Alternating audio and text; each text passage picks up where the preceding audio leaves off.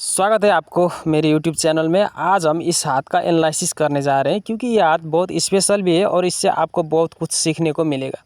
इस हाथ में बहुत सारे ऐसे साइन है, ऐसे चिन्ह बने हुए हैं जो हमारे हस्तरेखा की पुस्तकों में बहुत अच्छी तरह से वर्णन किया गया है और उनका बहुत शुभ फल भी बताया गया है।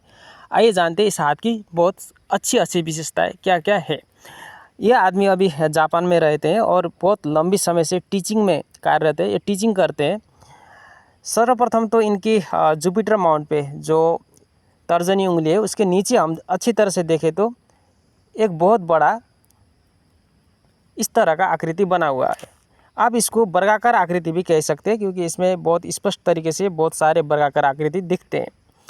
और जब तर्जनी उंगली की बात आती है तो तर्जनी उंगली को गुरु भी कहा जाता है, टीचिंग के लिए ये देखा जाता है।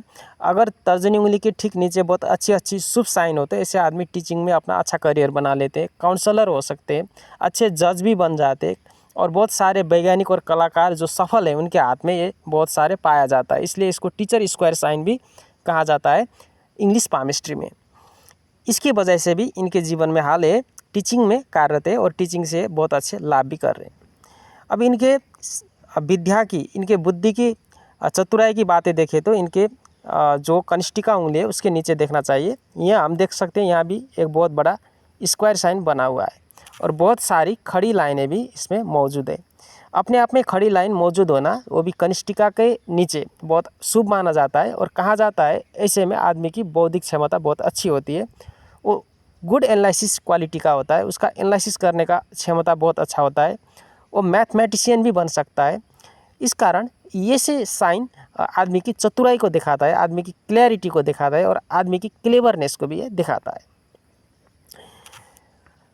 अब हम देखें इनकी भाग्य रेखा को। जब भी भाग्य रेखा बहुत महीन रेखा से बना हुआ हो और सीधी मध्यमा की नीचे तक पहुंच जाए तो ऐसे आदमी बहुत भाग्यमानी होते हैं, क्योंकि इसको भाग्य रेखा भी कहते हैं और इसमें टूट फूट ना होना, स्पष्ट होना, यह अपने आप में बहुत लकी माना जाता है। ऐसे ही ये पैदा हुए थे नेपाल में और अभी रहते हैं जापान में। तो इनके हाथ में ऐसा क्या साइन है जो बता रहा है कि वो विदेश जाएंगे और विदेश में उनका भाग्योदय होगा।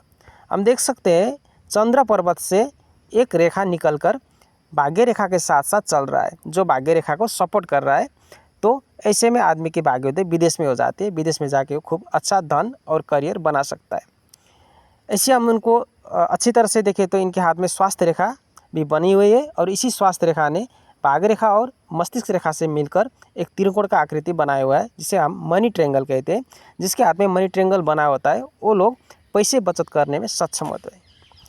साथ ही हम देखा जाए तो उनके सन माउंट पर भी बहुत सारे खड़ी लाइनें, सन माउंट पे खड़ी लाइनें होना नेम और फेम को दिखाता है। और सन माउंट से कोई रेखा निकलकर ऐसे तीसरी होके कनिष्ठिका की ओर जाए तो आदमी विदेश में प्रगति करता है, विदेश अवश्य में जाता है। ये मैंने बहुत सारे हाथों में देखा है, जितने भी लोग अच्छे कंट्री में रहते हैं उनके हाथ में कॉमन ये साइन पाया जाता है। और साथ में हम देखें इनके हाथ में बहुत सारे मंगल रेखाएं भी है, एंजल लाइन भी है जो इनको आगे बढ़ने में मदद कर रही है। और इनके हाथ में इन्फिनिटी साइन भी है, जो भी ये भी बहुत अच्छा माना जाता है। कोई भी चार लाइन मिलकर इस तरह से डमरी की जैसे इन्फिनिटी साइन बनाए तो ये भी लकी ही माना जाता है।